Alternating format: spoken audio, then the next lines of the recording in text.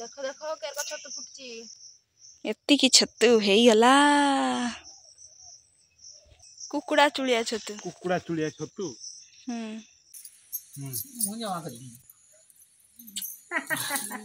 ଜୟ ଜଗନ୍ନାଥ ସାଙ୍ଗମାନେ। ତେବେ ଆଜି ଆମେ ପହଞ୍ଚି ଯାଇଛୁ ଆମ ଅତି ପ୍ରିୟର ଆଈମାନଙ୍କ ପାଖରେ। ଆଉ ଏଇଠିକି ଆସିଛି ଯେତେବେଳେ ଛତୁ କୁଢ଼େଇତେ ନ ଗଲେ କ'ଣ ହବ, ତେଣୁ ଆମେ 3 ଜଣ ମିଶି ବାହାରି ପଡ଼ିଥିଲୁ ଛତୁ କୁଢ଼େଇତେ ଯିବା ବୋଲି। ଆଈ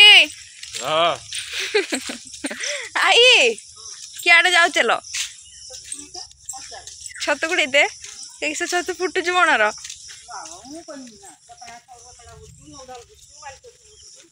ହଁ ଆଉ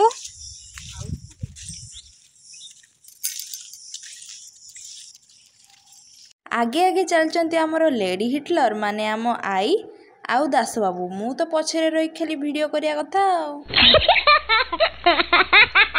ତ ଆମେ ସମସ୍ତେ ଚାଲିଲୁ ବଣକୁ ଦେଖିବା କେତେ ଛତୁ ମିଳୁଛି ଆଉ। ଦେଖୁ ଦେଖୁ ପହଞ୍ଚିଗଲା ଆମ ବିଲ ଯେଉଁଠି ତଳା ପକା ହେଇଥିଲା। ଆଉ ବର୍ଷା ଯୋଗୁଁ ପାଣି ଠିଆ ହେଇଥିଲା। ବର୍ଷା ଦିନରେ କିନ୍ତୁ ପ୍ରାକୃତିକ ସୌନ୍ଦର୍ଯ୍ୟକୁ ଉପଭୋଗ କରିବା କଥା। ଦେଖୁନାହାନ୍ତି ଚାରିଆଡ଼େ କେତେ ସବୁଜ ସୁନ୍ଦର ଦେଖାଯାଉଛି। ଆଉ ଏହିଭଳି ଦୃଶ୍ୟକୁ ଆପଣମାନେ ସାଧାରଣତଃ ଉପଭୋଗ କରିପାରିବେ ଗାଁରେ। କ'ଣ ଠିକ୍ କହିଲି ନା? ଆଉ ସାଙ୍ଗମାନେ ଏଇଠି ଦେଖନ୍ତୁ ଆମକୁ ଗୋଟେ ବାଲି ଛତୁ ମିଳିଗଲା। ତାପରେ ଆଉ ଗୋଟେ ଜାଗାକୁ ଗଲୁ। ଏଇଠି ଦେଖନ୍ତୁ କେତେ ସାରା ଗୁଣ୍ଡି ବାଲି ମାନେ ଛୋଟ ଛୋଟ ବାଲି ଛତୁ ସବୁ ହେଇଛି। ମୁଁ ଆଉ ଅପେକ୍ଷା ନ କରିକି ତଳିବାକୁ ଲାଗି ପଡ଼ିଲି।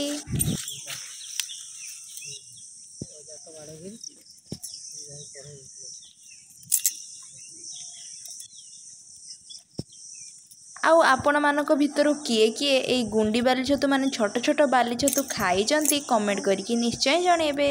ମୁଁ ଗୋଟେ ଜାଗାରେ ତୋଳୁଥିଲି ଆଉ ଆଈ ଆଉ ଗୋଟେ ଜାଗାରେ ତୋଳୁଥିଲେ। କାହିଁକିନା ଏଇ ବାଲି ଛତୁ ଗୋଟେ ଜାଗାରେ ଫୁଟେନି, ସେଇ ପାଖାପାଖି ଅଳ୍ପ ଅଳ୍ପ ହେଇକି 4-5 ଜାଗାରେ ଫୁଟେ। ଏଇ ଯେମିତି ଦେଖୁନାହାନ୍ତି ମୋତେ ଏଇଠୁ ଏତିକି ଛତୁ ମିଳିଲା। ଦେଖ ଦେଖ କେରକ ଛତୁ ଫୁଟୁଛି। ଦୁନା କରିକି ଆଣ।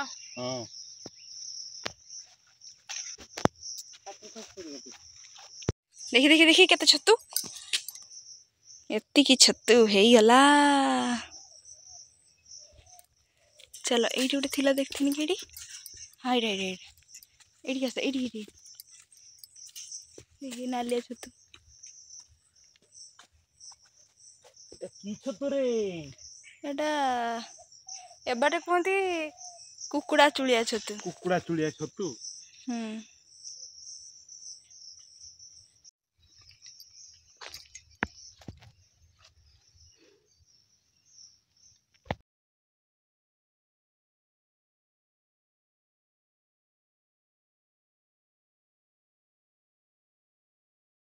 ବଣରୁ ଛତୁ ନେଇକି ଘରେ ପହଞ୍ଚିଗଲୁ। ଆଉ ଏବେ 3 ଆଈଙ୍କର ଦାୟିତ୍ୱ ହେଲା ତାକୁ ସଫା କରିବେ ଆଉ ରୋଷେଇ କରିବେ।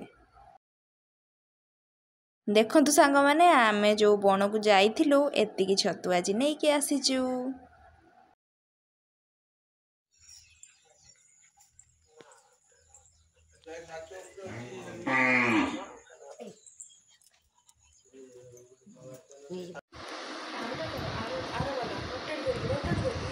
ସାଙ୍ଗମାନେ ଛତୁ କୁଢ଼ା ସରିଲା, ବୁଲାବୁଲି ମଧ୍ୟ ସରିଲା। ଆଉ ଏବେ ସମୟ ଆସିଲା ବିଦାୟର। ଟାଟା ବାଇ ବାଇ।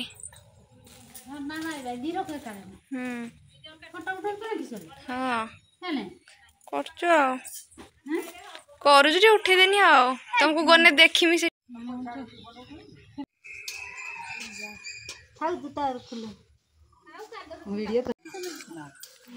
ଆଇ ଟାଟା ଟାଟା।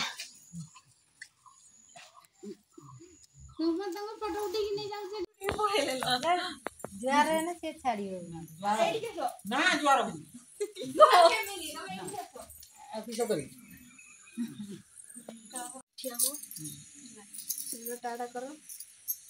ମୁଁ ଜମା କରିବି।